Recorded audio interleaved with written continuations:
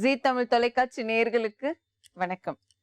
ஒளிமயமான எதிர்காலம் நிகழ்ச்சி மூலமா ஓம்காரம் பகுதியில சந்திக்கிறதுல சந்தோஷம். உங்களுடைய வாழ்க்கையில் ஏற்படும் பிரச்சனைகளுக்கு தீர்வு காணவும், மென்மேலும் வளர்ச்சி பெறவும், ஜாதக ரீதியான சந்தேகங்களுக்கு விடை காணவும், யோக ஆஞ்சநேயர் சக்தி பீடம், அனுமன் உபாசகர் ஜோதிட சிம்மம், திருவல்லிக்கேணி சுவாமி கண்ணன் பட்டாச்சாரியா சப்தரிஷி வாக்கியம் மூலம் உங்களுடைய பிரச்சனைகளுக்கு தீர்வு சொல்லுவார். வணக்கம் சுவாமிஜி. நாராயண சுவாமிஜி, இன்றைய தினம் எப்படி இருக்கு? என்னென்ன பூஜைகள் நம்ம செய்யலாம்? என்னென்ன ஆன்மீக குறிப்புகள் இருக்குன்னு சொல்லுங்க சுவாமிஜி. சரௌதத்மார்த்தாதிகம் கர்ம நிகிலம் ஏன சூத்ரிதம் தஸ்மை சமஸ்த வேதார்த்த விதே விகனசே நமஹ. வக்ரதுண்ட மகாகாய சூரியகோடி சமப்பிரபா நிர்விக்னம் குருமே தேவா சர்வகாரியேஷு சர்வதா. யோகப்பட்டேன பத்தாங்கம் திருநேத்திரம் சாந்த விக்கிரகம் தியாயே சமஸ்த தோஷக்னம் பாதாத்மஜ மகல்மஷம் கிருஷ்ணம் வந்தே ஜெகத்குரு. ஜெயந்தி மங்களாகாளி பத்ரகாளி கபாலினி துர்காஷமா சிவாதாத்ரி சோகாஸ்வதா நமோஸ்துதே. குரு பிரம்மா குரு விஷ்ணு குருதேவோ மகேஸ்வரக குரு சாட்சாத் பரம்பிரம்மா தஸ்மை ஸ்ரீ குரவே நமக. அஸ்மத் குருபியோ நமக. விகனச மகா குருவே நமக. அனுமன் சுவாமிகள் ஆசிகளுடன் மங்களகரமான மன்மத வருடம் கார்த்திகை மாதம் 9ஆம் தேதி 25/11/2015 புதன்கிழமையான இன்று பல நல்ல ஆன்மீக தெய்வீக விஷயங்களை பற்றி பேசலாம். பொதுவாக நம்ம எந்த ஒரு காரியம் செய்கிறதா இருந்தாலும் சில மாதங்களை தவிர்த்துருவோம். குறிப்பாக நம்ம சொல்லணும், இந்த உபயராசியில் சூரியன் இருக்கக்கூடிய காலத்தை கவனமாக கையாளுவோம். வீடு கட்டுறதா இருந்தாலும், கிரகப்பிரவேசம் பண்ணுறது, மன பூஜை போடுறது, புரட்டாசி மார்கழி பங்குனி இந்த மாதிரி காலங்கள். இதில் வாஸ்தவத்தில் சில விஷயங்களை நம்ம கவனிக்கணும். ஒருத்தர் வீடு காலி பண்ணுறார், ஆவணி மாதம் கடைசியில் அவர் வீடு காலி பண்ணுறார். 10 தேதி ஆகிட்டு வீட்டு ஓனர் காலி பண்ணணும்னு சொல்லிட்டார். 15,000 ரூபா வாடகை கொடுக்குறார். இன்னொரு இடத்துல அட்வான்ஸ் கொடுத்த இடத்துல புரட்டாசி போகக்கூடாது. இப்போ அவருக்கு என்ன சங்கடம்னா, இவர்கிட்ட அதிகப்படியான டைம் வாங்கிக்கிறார் நேரத்தை.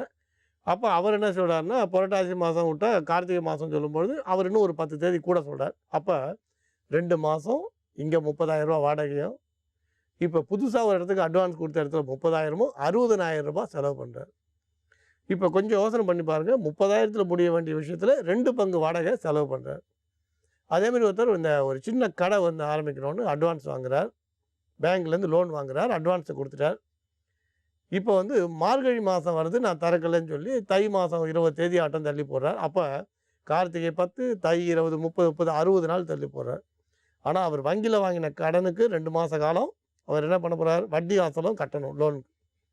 அப்போ வாடகையும் கட்டி வட்டியும் கட்டி ஒரு வியாபாரத்தை ஆரம்பிக்க முடியாமல் வச்சுருக்காருன்னா கட்டாயம் அவருக்கு அது ஒரு பெரிய பின்னடைவை தான் கொடுக்கும். இதனால் எதுக்கு இதை சொல்ல வரோன்னா, நாம் இந்த மாதங்களை கணக்கில் எடுத்துக்கும் பொழுது நாம் எல்லாத்துக்கும் இதை கணக்கில் எடுத்துக்கக்கூடாதுன்றதுக்காக சொல்கிறோம். அப்புறம் பாருங்கள், நான் புரட்டாசி மாதத்தை நான் ரிஜிஸ்டர் பண்ணலை, மார்கழி மாதம் ரிஜிஸ்டர் பண்ணலை வீடை பதிவு பண்ணுறதுக்கு.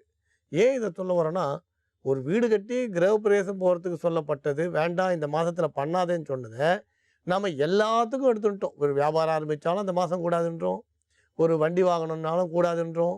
அதேமாரி என்ன பண்ணுறோம், வாடகை வீடு வேறு வழியே கிடையாது, வீடு மாறினாலும் கூடாதுன்றோம். இப்படி எல்லாத்துக்கும் ஒட்டு மொத்தமாக கிரகப்பிரவேசம் பண்ணாதே வீடு ஆரம்பிக்கக்கூடாதுன்னு சொன்ன மாதத்தை எல்லாத்துக்கும் நம்ம எடுத்துட்டோம். சுத்தமாக எல்லா விஷயத்துக்கும் நம்ம எடுத்துட்டோம்.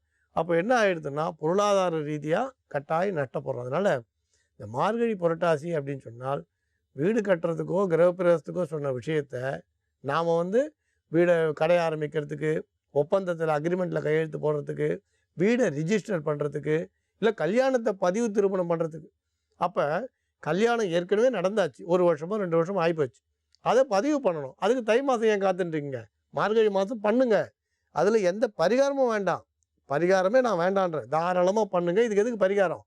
தாராளமாக பண்ணுங்கள். அதனால் இந்த மாதிரி கல்யாணங்களை பதிவு பண்ணுறதுக்கும், வீடு பதிவு பண்ணுறதுக்கும், புதிய வாகனங்களை வாங்கி அந்த எண்ணை பதிவு பண்ணுறதுக்கும், மார்கழி வந்துடுதுன்னு சொல்லி 2 வீலர் வாங்கிடுவீங்க. அந்த மார்கழி மாதம் சும்மா வச்சுட்டுருப்பீங்களா புது வண்டியே? அது என்ன பண்ணுவீங்க, மெல்ல அப்படியே 4 தெரு ஓட்டுவீங்க. கடைசியில் ஆர்டிஓ ஆஃபீஸ் எடுத்து போகும்போது 200 கிலோமீட்டர் ஓடி போச்சுன்னுவான்.